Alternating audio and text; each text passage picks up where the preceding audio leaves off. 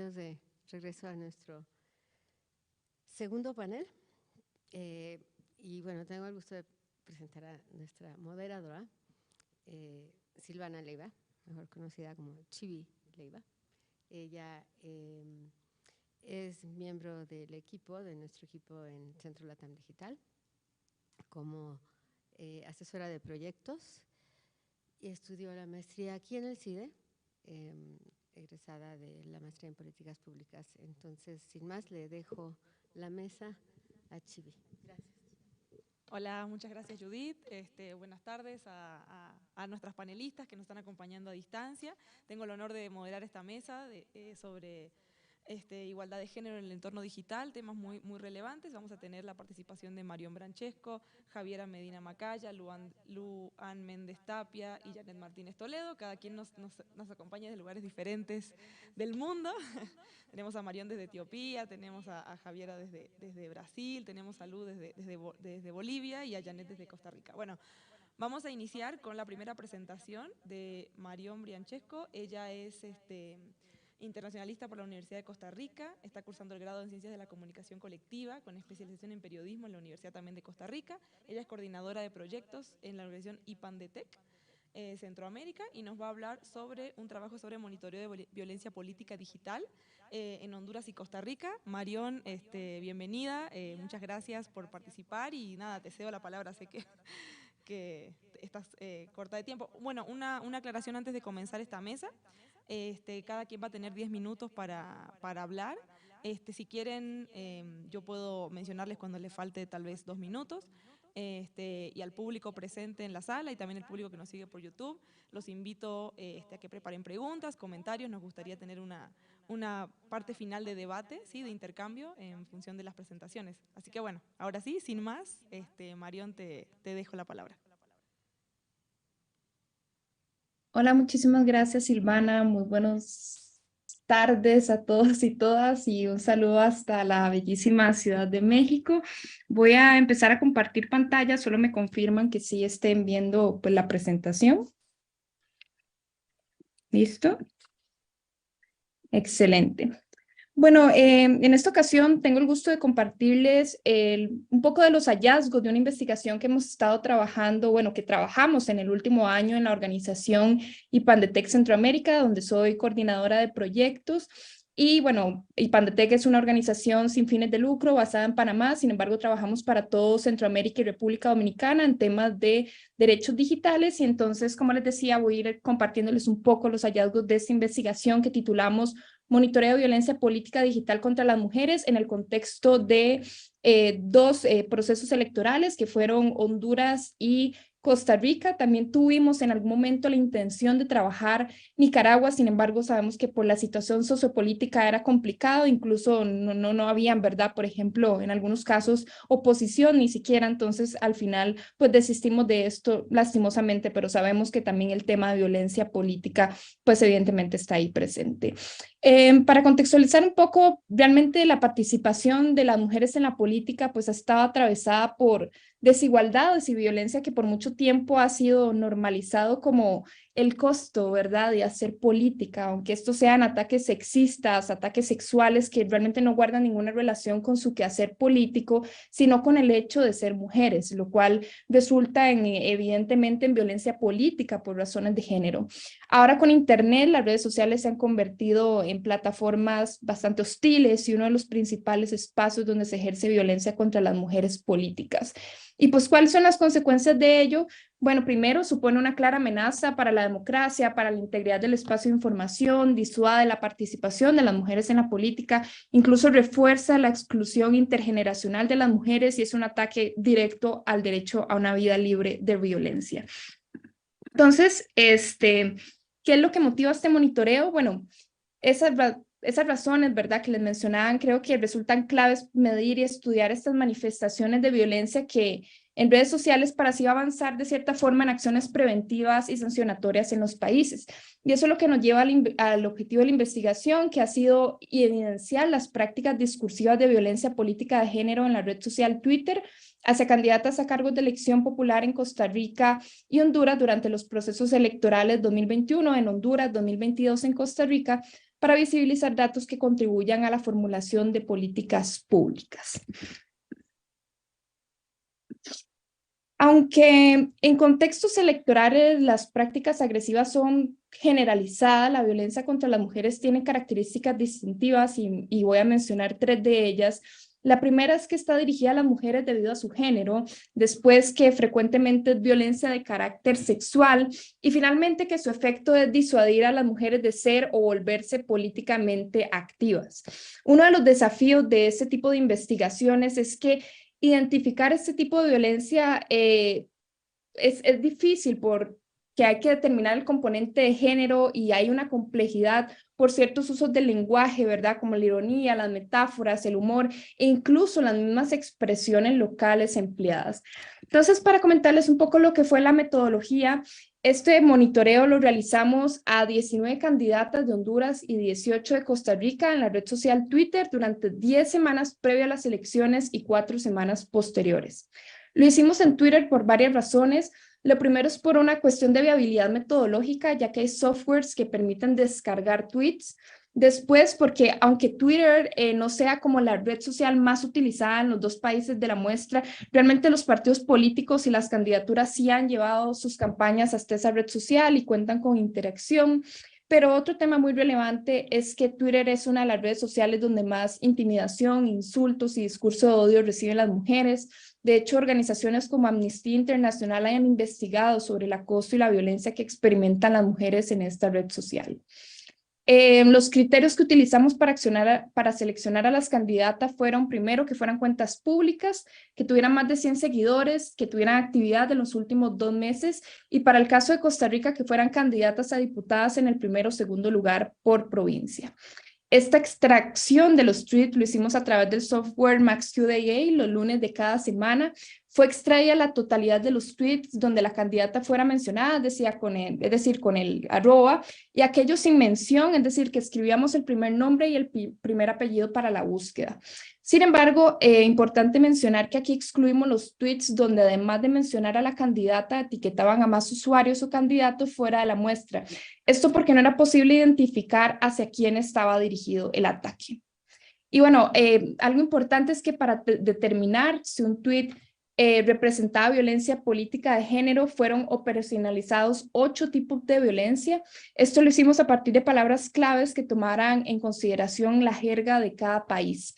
Y la propuesta de operacionalización lo que hace, bueno, utiliza como referencia las dimensiones e indicadores del equipo latinoamericano de justicia de género que habían trabajado en un proyecto similar, el monitoreo de agresión a candidatas en Argentina, llamado Conducta en Redes, y también una propuesta de clasificación de actos verbales violentos en las redes sociales de la académica Susana Campiño. Y como podrán ver en pantalla, las categorías eran agresiones directas, el menosprecio a las capacidades, alusiones al cuerpo y a la sexualidad, roles, mandatos, estereotipos de género, ridiculización, amenazas, acoso y críticas al ejercicio político. Esta última sé que puede ser un poco polémica, pero para el caso de críticas al ejercicio político, solo fueron catalogados como violencia los tweets cuya intención fuese la crítica a través de insultos, amenazas, ridiculización y uso de adjetivos peyorativos. Y estos son los principales hallazgos. En primera instancia, en Honduras, extrajimos 137.186 tweets de 19 candidatas. Y de la totalidad, 570 fueron categorizados como violentos. El mayor número de tweets violentos se identificó durante la semana posterior a las elecciones, que como ven en el gráfico de abajo a la derecha, esto corresponde a la semana 11. La mayoría de tweets violentos corresponde al menosprecio de las capacidades, donde una de las palabras más mencionadas fue la palabra títere. Al menos 5 candidatas recibieron ataques en los cuales se referían a ellas como títeres del partido, de expresidentes, de sus parejas o incluso de mandatarios fuera del país. Las agresiones directas, otro componente importante, un 24.6%, donde la palabra predominante fue payasa, con al menos 15 menciones. Algo importante es que en esta categoría los tweets no parecían surgir de motivaciones o descontentos claros, sino que eran ataques e insultos directos y era el único contenido del tweet, con un constante uso de silenciadores como cállate, deja de hablar o mejor no hables. Y luego tenemos un 20.4% que pertenece a críticas al ejercicio político. Y aunque en esta categoría muchos de los tweets cuestionan y atacan la gestión de las candidatas con experiencia política previa, que en realidad es un ejercicio de libertad de expresión, pues sí, ser críticos, ¿verdad?, con la labor de las personas que están en política, realmente eran ataques que ante todo era una falta de respeto, se recurrían a insultos y demás, como les decía, que se había operacionalizado esta categoría. Y bueno, las candidatas que recibieron más menciones violentas tienen en común una gran notoriedad pública, incluso antes de ser candidatas a diputadas. Por tanto, hubo ciertos acontecimientos importantes o con cobertura mediática que desencadenaron comentarios agresivos en redes sociales. Y para el caso de Costa Rica, fueron extraídos 79.954 tweets de 18 candidatas, y de la totalidad, 172 fueron categorizados como violentos, y el mayor número de tweets violentos se identificó durante la semana de las elecciones, que como podrán ver en el gráfico de abajo fue la semana 10. Aquí tenemos un gran porcentaje para el tema de las agresiones directas, un 59.9%. Al menos 5 candidatas recibieron ataques de este tipo, en los cuales se referían a ellas como vividoras de la política, pero acompañados de otros adjetivos como nefasta, estúpida, parásito. Y en esta categoría los tweets no parecían surgir de motivaciones o descontextos claros, al igual que en Honduras.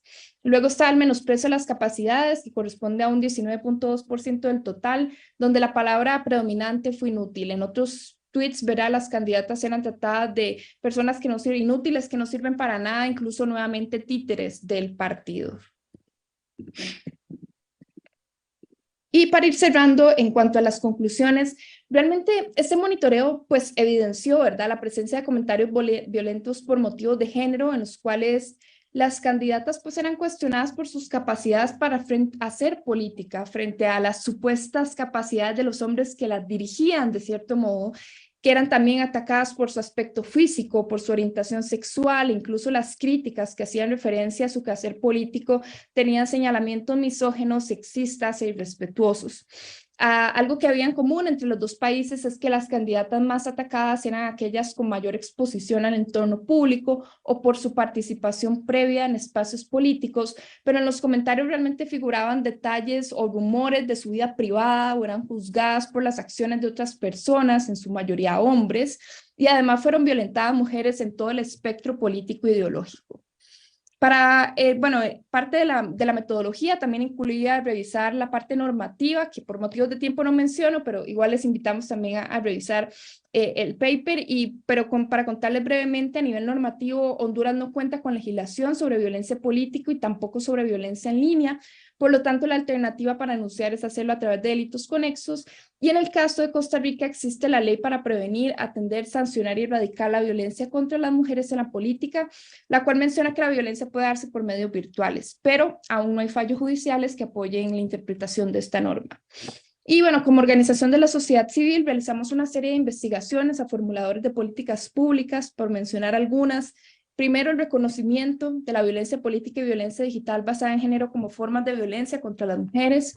Después, el tema de promulgar legislación, políticas públicas, protocolos y rutas de atención orientadas a abordar la violencia política y la violencia digital basada en género, que estas canciones contemplen sanciones penales o administrativas, la protección y reparación de daños, que tenga asignaciones presupuestarias adecuadas y coordinación institucional que permita ejecutar con efectividad. De lo contrario, no podría ser así.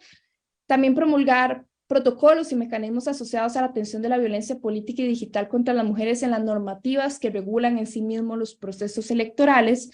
Capacitar y sensibilizar a las autoridades competentes para actuar en materia de violencia política y violencia digital basada en género, por ejemplo, los operadores de la justicia, las autoridades electorales y el personal que atiende casos en instituciones públicas.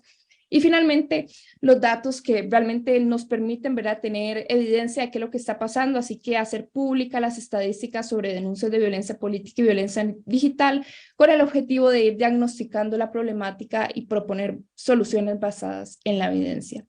Un gusto, y entonces muchísimas gracias. Cualquier pregunta, aquí estamos.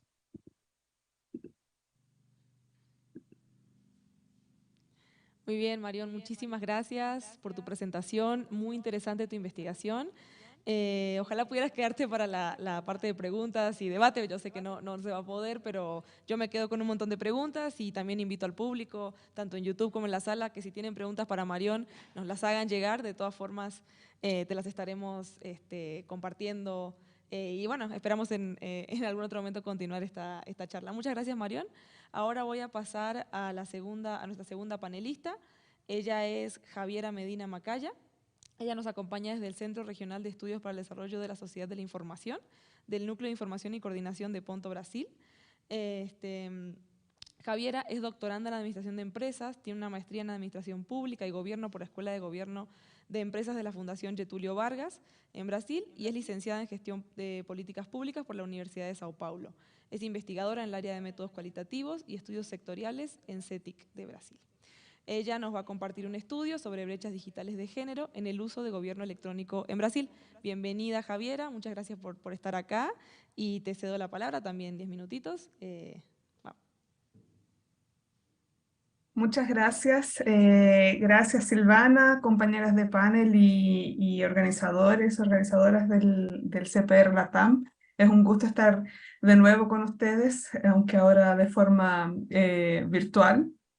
Y bueno, el estudio que les voy a presentar hoy día sobre brechas digitales de género en el uso del gobierno electrónico en Brasil, que es un artículo que escribí junto a mis compañeras Manuela Maya Ribeiro y Camila dos Reis Lima, también que son investigadoras en CETIC.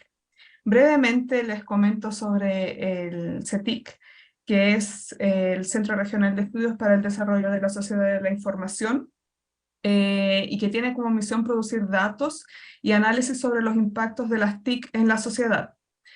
Tenemos 4 líneas de acción, entonces tenemos el centro de, 4 líneas de acción en que se basan nuestras actividades, que es la producción de datos estadísticos y centros de conocimientos, entre los cuales tenemos las estadísticas públicas sobre TIC, los datos desagregados, estadísticas para los ODS y estudios cualitativos, capacitaciones en metodología de investigación para la producción y uso de las estadísticas TIC, laboratorio de ideas y de innovación metodológica y análisis de los impactos socioeconómicos de las TIC y contribuciones para las políticas públicas. Actualmente en CETIC, que es un departamento del Núcleo de Información y Coordinación del Punto BR, realizamos 11 encuestas de forma anual o bienal, con individuos y establecimientos, y lo que les voy a presentar hoy día es con base en los resultados de una encuesta con individuos, que es la encuesta TIC Hogares 2021. Las encuestas que realizamos en CETIC son todas siguiendo los patrones que son establecidos internacionalmente, como por la UIT, y bueno, nuestro objetivo, el objetivo del artículo es analizar la brecha digital de género relacionada con el uso de los servicios de gobierno electrónico en Brasil. La encuesta TIC Hogares tiene un módulo en la parte con individuos, en los datos sobre individuos, que es sobre el uso de gobierno electrónico. Y los datos que son producidos son desagregados por categorías sociodemográficas y económicas. Entonces tenemos datos por sexo, por edad, por clase social, por ingreso de renta, y entre otros. Y además de color o raza, siguiendo las categorías que son relevantes en Brasil. Y como pregunta que tratamos de responder en este artículo es cuáles son los patrones de uso y las razones de no uso de los servicios de gobierno electrónico por parte de personas del sexo femenino y masculino. Y la metodología, bueno, es un análisis descriptiva que presentamos en el artículo con los datos secundarios de la TIC Hogares, principalmente de 2021. Y aquí en esta presentación, considerando los 10 minutos y para tratar de mantenerme dentro de ese tiempo, traigo solamente algunos de los resultados, entonces pueden acceder los resultados completos y toda la discusión en el artículo completo. Pero bueno, para empezar, sobre el acceso a Internet en Brasil, ¿cierto? Entonces aquí yo traigo una gráfica que es con los datos para personas del sexo masculino y femenino, y los datos que son por color o raza, por tramo etario, por clase social y por nivel educativo. En rojo puse en destaque las grandes diferencias que hay en el acceso a Internet en Brasil, eso se refiere a 2021 entonces, y vemos por ejemplo que para personas que se identifican como blancas, por ejemplo, 84% de los hombres blancos dicen, o sea, afirmaron acceder a Internet en los últimos 3 meses de la encuesta y pueden ser considerados, por lo tanto, usuarios de Internet, mientras que las personas del sexo femenino, ese porcentaje alcanza 77%. Y ahí se destacan entonces las diferencias también que vemos con las personas que tienen entre hombres y mujeres con 60 años o más y con nivel educativo superior. Claro que aquí tenemos también los resultados que se ven, por ejemplo, entre la clase social A, que es la más alta aquí en Brasil, y las clases sociales D y E, que corresponden a las más bajas. Hay una gran diferencia, pero cuando miramos los datos que se refieren a hombres y mujeres, a las personas del sexo masculino y femenino, se mantienen de una manera más similar, más próxima entre ellas. Y cuando vemos a los datos que son sobre el uso de gobierno electrónico, en un primer análisis, entonces, si vemos las diferencias entre hombres y mujeres, nuevamente se perciben diferencias relevantes entre las personas del sexo masculino y femenino de 35 a 44 años y de 45 a 59 años. De la clase social A, que por ejemplo tienen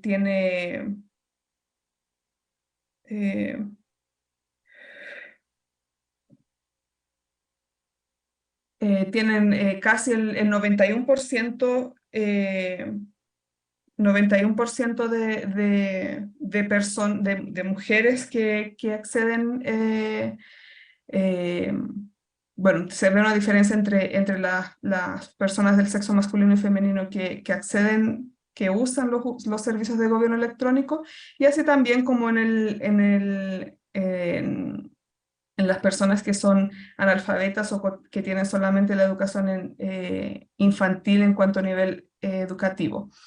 Pero si vemos estos datos, también es interesante mirar que, por ejemplo, por más que la diferencia entre personas del sexo masculino y femenino sea similar, nosotros también podemos ver las diferencias entre mujeres, por ejemplo, las mujeres blancas y las mujeres negras y mujeres mestizas. Por ejemplo, específicamente sobre color o raza, las personas del sexo femenino blancas, 75% dijeron haber usado los servicios de gobierno electrónico en los últimos 12 meses, las mujeres negras 70% y 66% las mujeres mestizas. Entonces, se perciben diferencias que no son solamente entre hombres y mujeres, pero también entre las categorías sociodemográficas y económicas dentro de lo que sería una categoría de lo que es las personas del sexo femenino, los datos que son para mujeres. Y ahí yendo ya para la parte final también, si uno nuevamente percibe esas diferencias, que en esta diapositiva traigo los datos para usuarios de Internet que no utilizaron gobierno electrónico porque que declararon sentir preocupación por la protección y seguridad de los datos. Entonces, nuevamente, solamente en el caso de hombres y mujeres de 35 a 44 años, los hombres tuvieron una diferencia más grande en relación a las mujeres. Pero si vemos, por ejemplo, en la clase A, 7% de los hombres dijeron no haber utilizado los servicios de gobierno electrónico por tener esa preocupación, mientras que las mujeres, ese número alcanzó el 22%.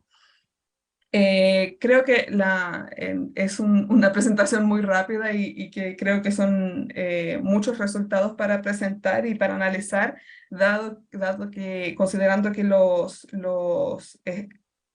datos permiten un avance en relación al análisis de gobierno electrónico, y pensar en los datos desagregados por variables socioeconómicas, sociodemográficas y económicas que son relevantes para el contexto, es importante para pensar las políticas públicas que son sobre gobierno electrónico, que si pensamos en el contexto de pandemia fue fundamental para poder seguir accediendo servicios públicos, y pensar en quién tiene la posibilidad de acceder a esos servicios, y producir datos que son desagregados por estas variables es muy importante para poder justamente traer luz al problema. Y cuando pensamos en el tema en relación a una agenda de políticas públicas que es para gobierno electrónico, mirando para la cuestión de género, las agendas de política, las agendas de estrategia digital que hay en América Latina, es casi ausente la discusión o la mirada de género, que es ya hace muchas décadas reconocida como una línea de investigación y de mirada importante, ¿no? Y creo que me quedo por aquí, que ya pasé mi tiempo, dejo mi contacto y muchas gracias. Javiera, por tu presentación, muy interesante este estudio. Bueno, reitero también al público que prepare preguntas si las tiene, yo las tengo, pero bueno, vamos a guardarlas para el final. Ahora voy a presentar a la siguiente panelista, ella es Luan Méndez Tapia, ella nos está acompañando desde la Fundación Internet Bolivia, nos va a presentar un estudio sobre brecha digital de género, específicamente cuál es la experiencia de las mujeres y de las niñas cuando se conectan a Internet. Ella es oficial de inclusión en la Fundación Internet Bolivia y es coordinadora del Centro SOS Digital. Es un proyecto sobre violencia digital y derecho a la privacidad. Es investigadora sobre brechas digitales de género y su intersección con otras desigualdades sociales.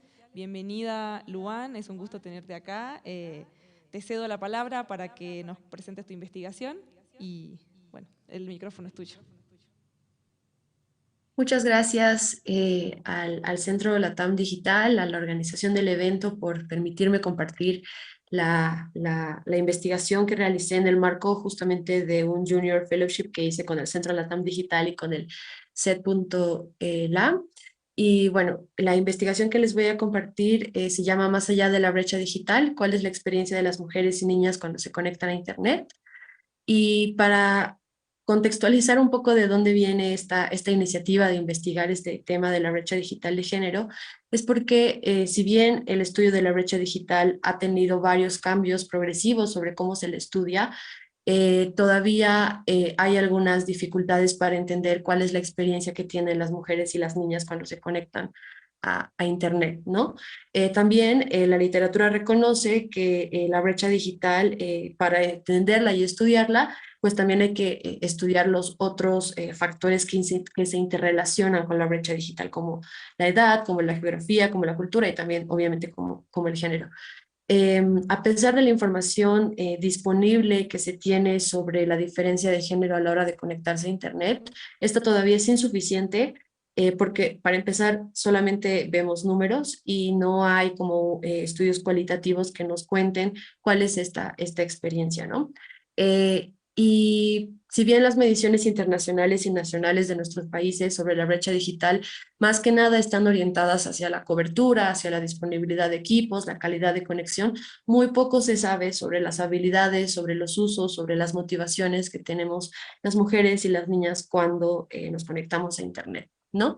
Entonces, el problema de investigación que plantea la investigación que hice es es que una parte crucial de la brecha digital de género es poder comprenderla en su totalidad, ¿no? Entonces, para eso hay que superar la mirada binaria de tiene acceso o no, y en ese sentido se planteó la pregunta de investigación: ¿cuál es la experiencia de la brecha digital de género de niñas adolescentes de 11 a 18 años y mujeres adultas entre 19 y 50 años de diferentes grupos socioeconómicos cuando se conectan a Internet en zonas urbanas y periurbanas de La Paz? Y bueno, en experiencia propia, lo que motivó a plantear esta investigación es que cuando veíamos los datos del INE, digamos, de mi país, cuando queríamos ver y utilizar esos datos para mostrar que había una brecha digital de género, pues los datos no mostraban tal, ¿no? En acceso, los datos de acceso, de uso de dispositivos móviles, en la diferencia entre hombres y mujeres era poquita, eran unos cuantos puntos percentuales, pero en la experiencia sabíamos que había una brecha digital de género, y eso es lo que hemos tratado de evidenciar con esta investigación.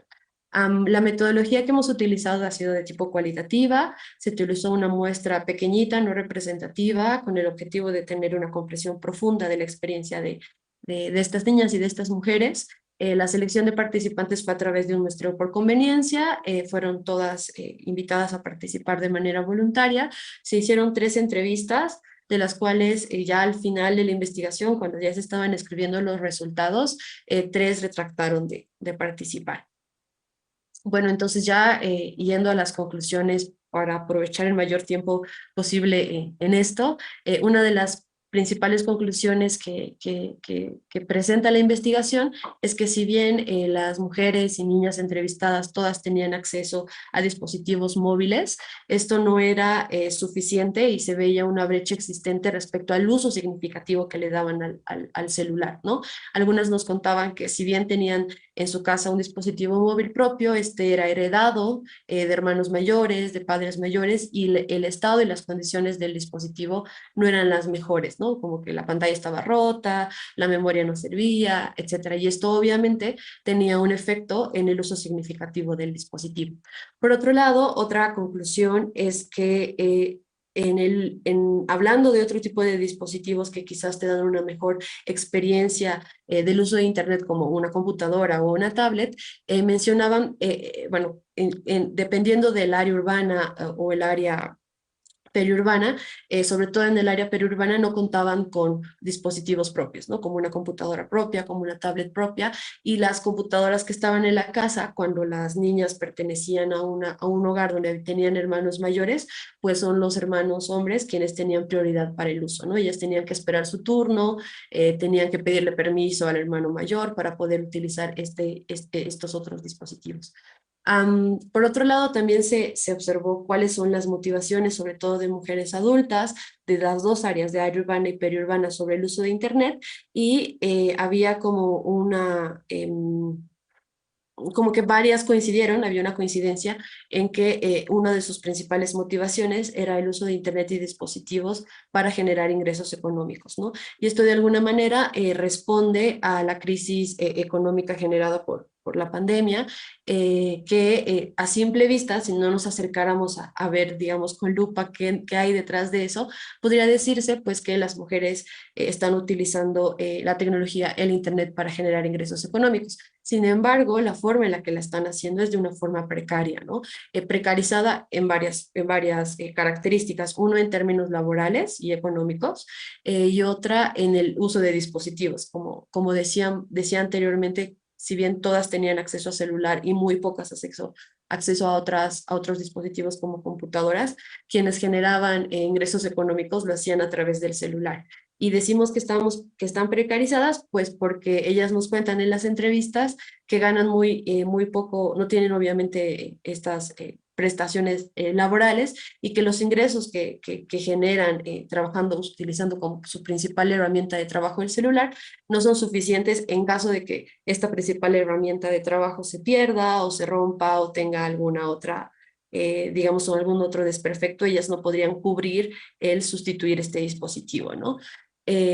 Por otro lado, comparando un poco las niñas, las adolescentes y las mujeres adultas, se pudo observar que la pandemia y las clases virtuales ha hecho de alguna manera, ha tenido un efecto positivo en que de las mujeres, perdón, en que las niñas y adolescentes generen mayores habilidades digitales, ¿no?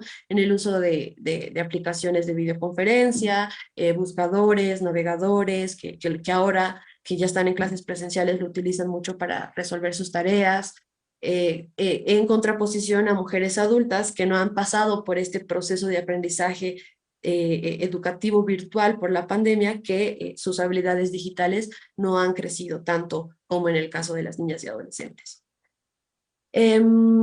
Después, otra conclusión importante es, hablando de niñas y adolescentes de ambas zonas, de zonas urbanas y de zonas periurbanas, hemos podido observar que sus actividades son vigiladas, ¿no? Por parte de adultos, ya sean sus padres, su mamá, o por parte de sus hermanos mayores, ¿no? Lo que de alguna manera nos hace pensar que el uso que tienen las niñas y adolescentes de Internet y de los contenidos que les gustan están siendo vigilados por personas adultas, que había como un debate ahí entre ellas mismas. Las niñas nos contaban que ellas lo percibían como algo de seguridad y no como una invasión a su privacidad, ¿no?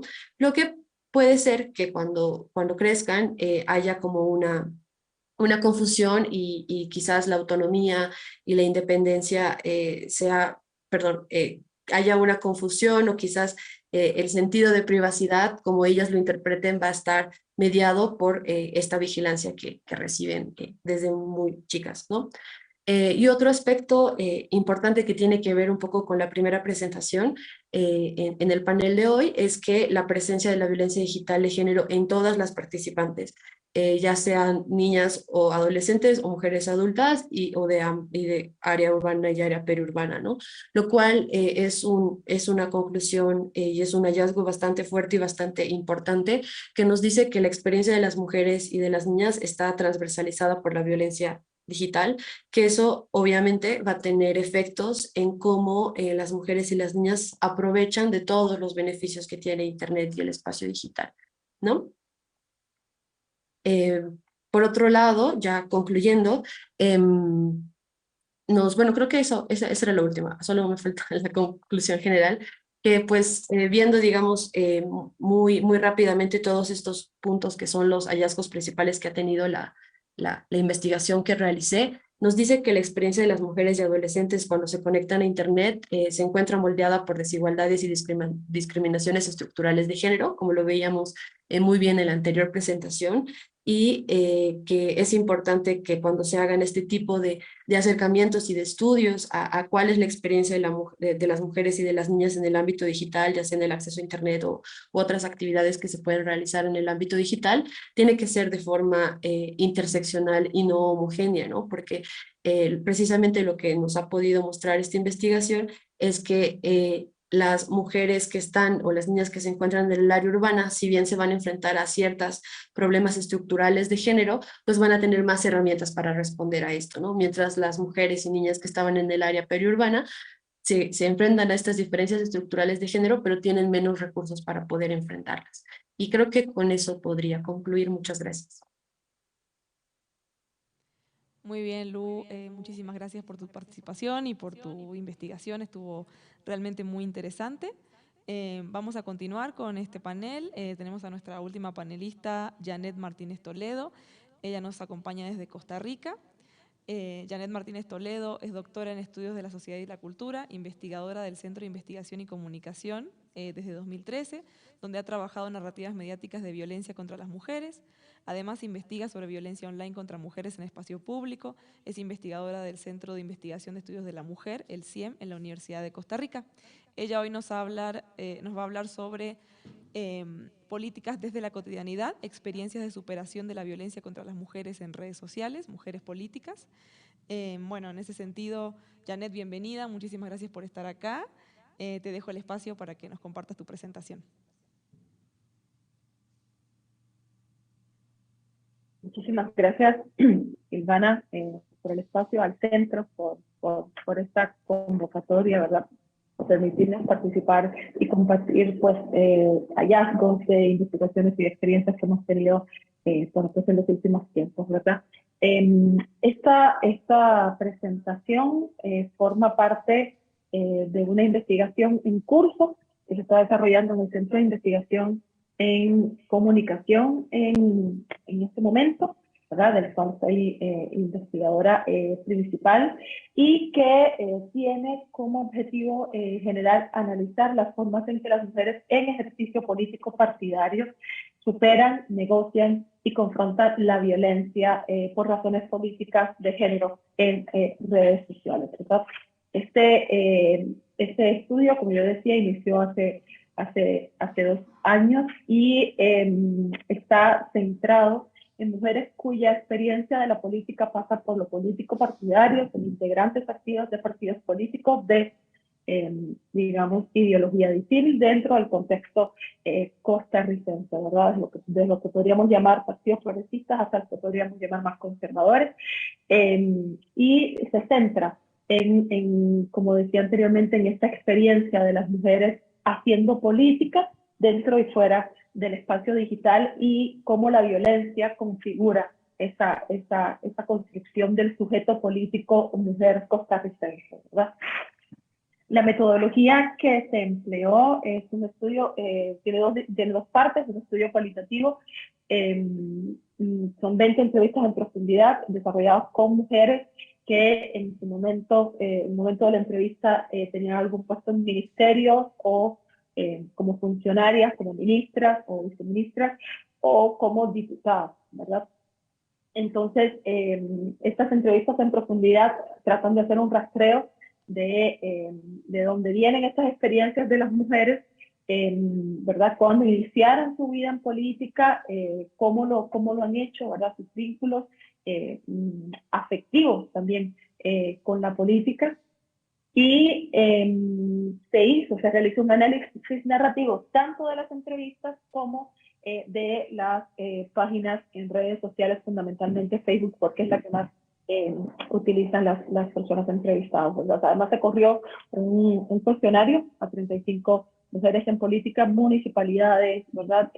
Mujeres representantes de las comisiones de las mujeres de los partidos políticos, y un tercer momento que es el análisis, bueno, pues de la política, de las políticas públicas y para entender un poco las alianzas que estas mujeres están siguiendo de manera colectiva e individual. Acá es muy importante señalar elementos transversales independientemente de la ideología partidaria de las mujeres entrevistadas, y es que todas las entrevistadas, incluso las encuestadas, plantean haber iniciado en política desde muy temprana edad, siendo el espacio comunitario y el espacio escolar los dos lugares fundamentales donde las mujeres van construyendo este sujeto político, ¿verdad? Y desde donde empiezan a reflejarse las primeras formas de violencia por el hecho de ser mujeres. Ellas, digamos que lo van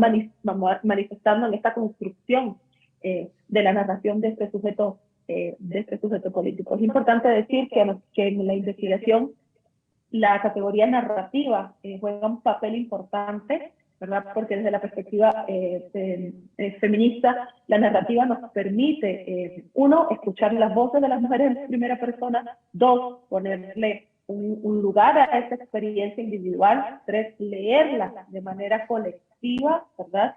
Y entender también cómo esa narración de quiénes son las mujeres como sujetos políticos y cómo viven la violencia también constituye a la activación política de las mujeres y por tanto es una narración que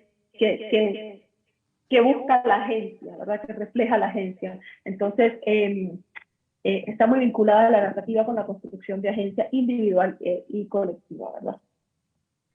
Para poner un poco en contexto, aunque Mariam lo conversó anteriormente y no quisiera como ser muy reiterativa, podemos hablar que desde 2018 en Costa Rica, desde las elecciones de 2018, en la Asamblea Legislativa, ¿verdad? La paridad horizontal y la alternancia ha sido un elemento clave. La Asamblea Legislativa, la composición de la Asamblea Legislativa del año 2018 es la primera paritaria, la primera con representación equitativa de género. También fue un momento en que la Asamblea fue mayoritariamente conservadora en términos políticos e ideológicos, y aún así hay balances que dicen que esta Asamblea 2018-2022 es la primera vez donde se votan tantos proyectos y donde se promueven tantos proyectos que tienen como finalidad mejorar la vida de las mujeres, ¿verdad? Entonces, es muy interesante porque en la diversidad política hubo una identificación, por lo menos en términos discursivos, por parte de las entrevistadas, de reconocer cuáles son los puntos de las agendas políticas de las mujeres en los que no habría quizás un diálogo abierto y en primera instancia, versus aquellos temas que sí son transversales para todas las mujeres. Entonces hay un tema en esta narración de lo que es ser sujeto político, mujer, hay un reconocimiento de la diversidad y de las desigualdades entre las mujeres en política, de las diferencias ideológicas y cómo, por ejemplo, en materia de derechos sexuales y reproductivos, quizás se carece de un pensamiento, digamos, más consolidado, más consensuado, ¿verdad? Pero que sí se identificaron en temas económicos, en temas educativos, ¿verdad? Estas líneas de trabajo donde hubo un avance en el término del diseño de política pública desde la Asamblea Legislativa en pro de las mujeres, ¿verdad? El segundo es la Ley de Atención, Prevención y Erradicación de la Violencia Política contra las Mujeres, que fue recientemente aprobado, ¿verdad? Y que pasó por todo un proceso el año pasado de discusión al interno de la Asamblea Legislativa y de discusión pública y discusión, ¿verdad? En los espacios públicos digitales también, ¿verdad? Acá yo destaco 3 elementos que me parecen centrales, que trascienden lo digital, pero que también lo involucran, ¿verdad? Y que son en primer lugar, durante el tiempo en que se discutió la aprobación de la ley y como parte, ¿verdad?, de las reacciones frente a la violencia política en redes sociales contra las mujeres, hay una discusión en torno a qué entender por violencia política, ¿verdad? Cuando estamos hablando de violencia política, ¿verdad? Como todas estas formas de discriminación, invisibilización de las mujeres, obstaculización de la participación política de las mujeres, como aparece en la propia ley, pero esta es una construcción más general, ¿verdad? En la que, como decía Marian antes, lo digital es visto como un espacio, ¿verdad? Donde también ocurre la política, pero falta aún en la implementación y en la conceptualización empezar a operacionalizar ese proceso. En este momento se está en esa fase, es una fase que se está construyendo de manera interinstitucional, ¿verdad? Con el rol del INAMU, del Tribunal Supremo de Elecciones y diferentes actores de la sociedad civil también, porque es una discusión que está en el proceso y que lo hemos visto sobre todo en tiempos de campaña electoral, ¿verdad? La pregunta de cuándo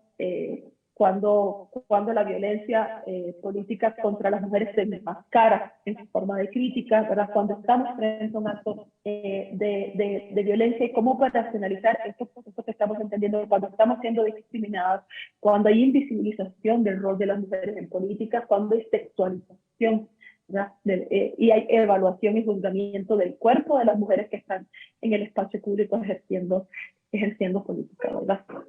Y bueno, el otro tema que necesitamos en este contexto es cómo se capacita, ¿verdad? Y cómo se forman a los partidos políticos para que sean capaces de regular, ¿verdad? De erradicar, no solo de erradicar y atender la violencia, sino de establecer mecanismos que reglen, ¿verdad? Esas actitudes violentas y esas reacciones violentas, en el entendido de que estamos en un contexto de violencia estructural y en que la violencia contra las mujeres en el ejercicio político tiene elementos que dialogan, ¿verdad? Que se conectan con violencia patrimonial, ¿verdad? Con acoso sexual, con otras formas de violencia, ¿verdad? Que ya han sido tipificadas, analizadas digamos, en la discusión política y en el propio desarrollo de la política pública. Entonces, la política ya está, las mujeres están, digamos, yo creo que es muy importante decir que el rol de las mujeres políticas ha sido súper central en que esto haya sucedido, ¿verdad? Y que tengamos una política, pero que en términos digitales aún hay que seguir construyendo, pues, digamos, una operacionalización que, si bien en términos académicos, en términos de la sociedad civil, está como mucho más construido, cómo incidir políticamente para que la implementación de política pública reconozca esas diferencias, ¿verdad? Entonces, yo creo que hay retos a lo interno. Bueno, yo creo el estudio revela que hay retos a lo interno de las organizaciones partidarias y en la discusión social, o sea, donde las redes sociales evidentemente juegan un papel importante. Lo jugaron durante la pandemia, pero también lo están haciendo post pandemia, ¿verdad? En primer lugar, identificar y reconocer el papel de las alianzas interpartidarias, ¿verdad? Por parte de mujeres, ¿verdad? Y aquí está el tema de la agencia de las mujeres en política, no solo en términos individuales, sino también en términos colectivos. En otros momentos del estudio se resalta, no traigo ahora, pero se resalta el papel de la individual, ¿verdad? A la hora de atender y la confrontación en redes sociales, pero en esta parte me quiero centrar en la importancia que ha tenido para el diseño de políticas públicas, ¿verdad? Las alianzas interpartidarias entre mujeres, el reconocimiento de agendas compartidas y una noción política de la sororidad, ¿verdad? Quedan pendientes a nivel municipal, por supuesto, aún en la discusión en torno a paridad está pendiente, ¿verdad? Hay mucha reproducción de roles de género en los espacios municipales, ¿verdad? Donde sigue siendo el hombre un alcalde, la vicealcaldesa mujer, y donde hay digamos que espacios que se abren para el ejercicio violento fuera de las redes sociales, pero también en las redes sociales, en los espacios digitales, porque las mujeres siguen siendo juzgadas, ¿verdad? Con respecto a su género, evaluada con respecto a su género, ¿verdad? Y siempre hablamos de mujeres políticas, mujeres alcaldesas, mujeres, ¿verdad? La categoría mujer sigue siendo central. Bueno, aunque la ley habla de las cooperativas como espacio donde se ejerce violencia, también hay poca operacionalización de eso, hay que seguir trabajando, ¿verdad? Y el tercero tiene mucho que ver con cómo colocar, cómo esta agencia feminista, ¿verdad?, que intenta que posicionar el tema de la violencia política contra las mujeres dentro y fuera de los espacios digitales está produciendo en un contexto donde el conservadurismo está teniendo una voz importante, ¿verdad?, donde podemos identificar en este sujeto violento en redes sociales, no solo el tema de la crítica al cuerpo de las mujeres, la crítica a la falta de experiencia de las mujeres, aunque no sea cierta, porque el estudio demuestra lo contrario, pero sí este discurso conservador que está promoviendo el regreso de las mujeres al espacio doméstico, ¿verdad? Que está promoviendo una cierta ideología que significa retrocesos para los derechos de las mujeres, no solo en el plano de salud sexual y reproductiva, ¿verdad?, sino también en el plano de la participación política, en el plano del acceso económico, ¿verdad? Es una mirada 360, ¿verdad? Y cómo la visión feminista de la perspectiva de los derechos de las mujeres, ¿verdad?, de las mujeres en política, de las mujeres en la sociedad en general, se está produciendo. Los avances que estamos logrando se están produciendo en un contexto conservador, en un contexto marcado por el discurso de odio, y un contexto en el que si vamos más allá, ese discurso de odio tiene un componente de género muy fuerte. Por lo menos en Costa Rica, los estudios que se han hecho desde el Observatorio de Comunicación Digital manifiesta que la mayoría del discurso de odio, el 65% del discurso de odio que se está generando en este momento en la discusión en redes sociales en Costa Rica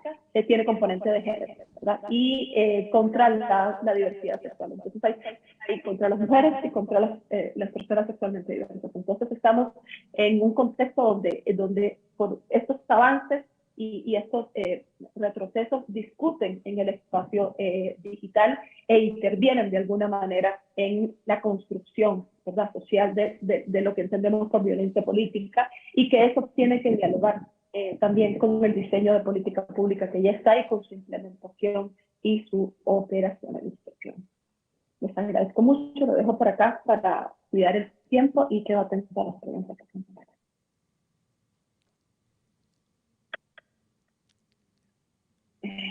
Gracias.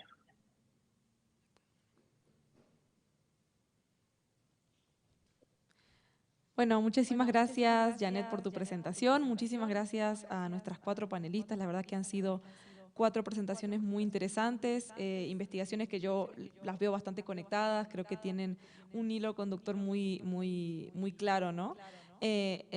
Yo invito al público en sala, al público que nos está siguiendo a través de YouTube, que expresen sus preguntas para las panelistas. Pero bueno, como soy la moderadora, voy a tomar ventaja de mi posición y voy a lanzar una primera pregunta. Bueno, yo la verdad que escuchando las 4 presentaciones, lástima que ya Marión no está, pero las 4 presentaciones para mí están muy conectadas, ¿no? Porque nos hablan de 2 fenómenos que parecen ir en contraposición, ¿no? Por un lado, existe una brecha digital que impide la participación de las mujeres o que merma la participación de las mujeres por diferentes razones, ¿no? Ya ustedes las mencionaron, violencia interseccional por motivos, se entrecruzan, ¿no? Motivos socioeconómicos, motivos raciales, motivos de identidad, motivos de edad, ¿no? Que impiden, que crean esta brecha entre hombres y mujeres y que de alguna forma demerita la participación de las mujeres en el entorno digital. Pero al mismo tiempo, digamos, del otro lado de este fenómeno tenemos a mujeres con alta exposición pública que participan activamente del entorno digital y que por esa misma participación son violentadas, por las mismas razones por las cuales son excluidas en el primer punto, ¿verdad? Entonces, yo primero quisiera invitarlas a las 3, una pregunta para las 3, a una pequeña reflexión sobre este tema, ¿no? ¿Cómo garantizamos la inclusión de las mujeres en el entorno digital? Es decir, ¿cómo fomentamos la participación en un entorno en el que la participación es penada con violencia, ¿no? O sea, ¿cómo lidiamos con este problema? Tanto desde pensemos en gobierno, ¿no? Respecto del gobierno electrónico, por ejemplo, cómo garantizar el uso equitativo del gobierno electrónico sin exponer a las mujeres en términos de violencia o de privacidad, cómo garantizar que se cierre esta brecha, o cómo combatir la violencia política cuando la participación está penada por la violencia, ¿no? O sea, ¿cómo podemos trazar este camino? Es una pregunta abierta, a la que quiera comenzar, bienvenida.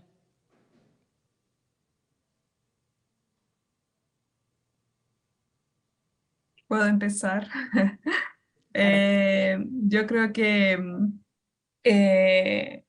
cómo garantizar, bueno, creo que un paso importante es justamente producir datos, sean cuantitativos, sean cualitativos, para poder justamente ayudar a diseñar cuál es el escenario que tenemos de exclusión, y sea en la exclusión, ¿cierto? En las primeras barreras que tenemos del acceso digital. Entonces, esa discusión justamente que Lu traía ¿cierto? O sea, ir más allá de la discusión binaria, si tiene o no tiene acceso, o si usa o no usa, pero para entonces caracterizar mejor cómo es ese uso y a partir de ese uso, qué es lo que se hace, ¿cierto? Cuando pensamos en el gobierno electrónico, tener los datos, porque si vemos, como decía, las agendas digitales, la cuestión de género está ausente. O si no está ausente, está casi ausente, que es lo mismo prácticamente. y producir datos, porque justamente el discurso que tenemos cuando se habla de la brecha de género con relación a la tecnología es siempre dirigido al tener o no tener acceso, y se mira justamente en ese objetivo. Entonces, que las mujeres y los hombres tengan niveles próximos, ¿cierto?, de acceso. Pero ya cuando vemos que no es solamente el acceso y cómo se va a usar, son diferentes esas formas, es importante justamente que las agendas digitales, que las investigaciones echen mirada a esos otros aspectos que componen un problema que es tan complejo, que está justamente tiene la posibilidad de las análisis que son interseccionales, entonces considerando cada contexto, y además que son desigualdades estructurales que están presentes en nuestras sociedades, y eso, pensando en América Latina, compartimos mucho en diferentes desafíos, ¿cierto? Y bueno, voy a parar por ahí para darle tiempo también a Janet y a Lu. Sí, creo que puedo continuar. Me hizo pensar mucho lo que comenta Javiera, precisamente sobre que estos problemas estructurales y estas desigualdades estructurales se van a reflejar en el ámbito digital, y que no importa, bueno, si las agendas digitales solo están enfocadas en el ámbito digital, como dice su nombre, y no están acompañadas con otro tipo de procesos fuera del ámbito digital que se encarguen de resolver estas desigualdades estructurales, lo que va a hacer el ámbito digital es amplificar estas desigualdades, ¿no? Entonces, no puede haber un proceso solamente digital sin estar acompañado del fuera de lo digital, ¿no? Entonces, y creo que la mirada y la perspectiva de género es súper importante también en las agendas digitales, y también la interseccionalidad, ¿no? Porque no todas las mujeres estamos en las mismas condiciones, y es importante poder tomar en cuenta todas las experiencias que enfrentamos las mujeres en nuestra región. Bueno, yo coincido plenamente con las compañeras. Lo primero es, o sea, la comprensión de que lo digital lo digital es social, lo digital público, ¿verdad? Al igual que público digital forma parte, ¿verdad?, de nuestras dinámicas sociales, que además en la relación entre lo social y lo digital, en términos de violencia pública contra las mujeres, no podemos decir esto pasa en lo digital y no trasciende, o viceversa. O sea, en el discurso de las mujeres hay una comprensión de que la violencia entra y sale de lo digital, ¿verdad? Es un continuo de la violencia. La violencia digital, ¿verdad?, forma parte de ese continuo de la violencia cultural, estructural, económica que vivimos las mujeres, y como tal hay que entenderla. Ahora, por una parte, eso tiene sus especificidades, es cierto, y lo vemos, o sea, la necesidad de elaborar de manera específica algunos elementos para la violencia digital, porque a veces en la política pública lo que vemos, por ejemplo, violencia política contra las mujeres es esto, y lo digital es un ámbito, ¿verdad? Pero que hemos visto en lo político y también las formas más cotidianas de violencia contra las mujeres, que no es suficiente, ¿verdad? De repente no es suficiente con decir, ok, esto daña la reputación de las mujeres, ok, esto otro daña la imagen de las mujeres, o atender con categorías más tradicionales la violencia política contra las mujeres, o la violencia contra las mujeres en general en el espacio digital, porque a veces no tomamos en cuenta el género, ¿verdad?, aunque estemos hablando de las mujeres. Entonces, yo creo que es muy importante esas dos cosas. Por una parte, entender que lo digital es social, está inmerso en esas formas de violencia, pero también tiene que ser regulado por el espacio en el que es, por las características que tiene, ¿verdad?, por el anonimato en la agresión, ¿verdad?, por la impunidad dentro de la agresión, porque el uso del lenguaje también tiene como un impacto en esto. Ahora estamos hablando de una violencia que está mediatizada por lo digital, ¿verdad? Y que eso tiene sus características específicas, ¿verdad? Hay una cuestión de lejanía, ¿verdad?, aparente lejanía entre entre agresor y víctima, pero, por ejemplo, en las entrevistas con mujeres, las mujeres te dicen, es que a veces lo que empieza como una discusión o como violencia dentro de una discusión en comentarios trasciende a amenazas contra la integridad física, ¿verdad? Entonces estamos permanentemente viendo como las mismas formas de acoso comienzan en el espacio digital, pero pueden trascender y viceversa. Entonces, es un espacio complejo, ¿verdad? No es una burbuja y como tal hay que trabajarlo. Creo que uno de los retos está ahí, ¿verdad? Entender que por una parte forma parte de nuestra cotidianidad, pero por otra tiene sus propias dinámicas.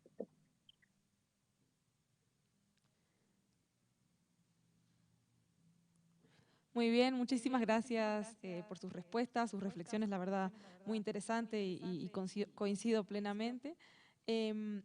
Mientras espero que si alguien en sala tenga alguna pregunta, tenemos una pregunta que nos llega desde YouTube. Nos comenta Lucía Magis Weinberg, quien va a ser una de nuestras panelistas en la tarde en el panel de inclusión digital, al cual los invito a todos a participar. Ella menciona, dice, felicidades a todas las panelistas, y tiene una pregunta en particular para Luan Méndez. La pregunta es, ¿cómo encontrar el balance entre la excesiva vigilancia a niñas y adolescentes y un adecuado acompañamiento familiar? ¿Lu? Wow, esa es una pregunta bastante complicada que igual a la hora de escribir los resultados de la investigación se ponía sobre la mesa, ¿no? Porque claramente en el mundo digital está llena de riesgos y para las niñas y adolescentes y pues la vigilancia puede parecer una forma, una salida, digamos que bien vista, porque precisamente está respaldada por la palabra seguridad, ¿no? En el trabajo que realizamos en la Fundación Internet Bolivia, investigando precisamente sobre el acompañamiento que se tiene que hacer, que tienen que hacer los padres, cuidadores y madres a las niñas, niños y adolescentes que utilizan Internet, lo que nosotras vamos viendo es que es importante generar lazos de confianza con los niños, niñas y adolescentes, espacios de escucha para que ellas y ellos sientan confianza a la hora de cuando encuentren algo raro, cuando encuentren algo que les llame la atención o alguna situación violenta, lo puedan comentar con ellos, ¿no? Y sobre todo pensamos esto porque cuando hay esta excesiva vigilancia y excesivo control a las niñas, niñas y adolescentes, cuando ya crecen, esta excesiva vigilancia no permite que las niñas, niños y adolescentes generen recursos para poder identificar los riesgos y responder frente a estos riesgos, ¿no? Y cuando ya crecen y ya no están con la compañía ni con la vigilancia de sus padres y madres, se enfrentan a un mundo digital bastante hostil, sobre todo para las mujeres adolescentes y para las mujeres jóvenes, y pues quizás no han podido generar este tipo de habilidades para identificar y gestionar el riesgo, ¿no? Esa es la línea en la que trabajamos en la Fundación Internet Bolivia, pero también entendemos que hay un debate detrás sobre este tipo de acompañamiento.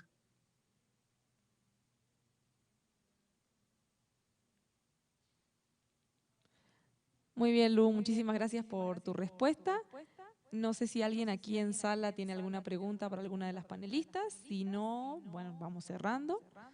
Bueno, no hay preguntas, entonces nada, me queda agradecerles su participación. Es un honor haberlas tenido en este panel, la verdad fue muy interesante. Les agradezco a Marión, a Janet, a Lu, a Javiera por estar acá y a todo el público que nos ha estado siguiendo. Bueno, es hora de hacer una pausa, nos vamos ahora al break de almuerzo. Vamos a volver 2:30, ¿sí? Teníamos un keynote, el keynote que nos iba a brindar IPANDETEC. Lamentablemente tuvimos un inconveniente, no se va a poder dar ese keynote, así que volvemos a las 2:30 con el panel de políticas digitales. Los invito a quedarse, a participar. Va a estar participando José Luis Cuevas Ruiz del IFT, Catarina Segato de CETIC, Livia Cristina dos Santos de Universidad de Brasilia y Raúl Katz de Columbia University. Nos vemos en 1 hora y media. Muchísimas gracias por estar y nada, los esperamos. Gracias.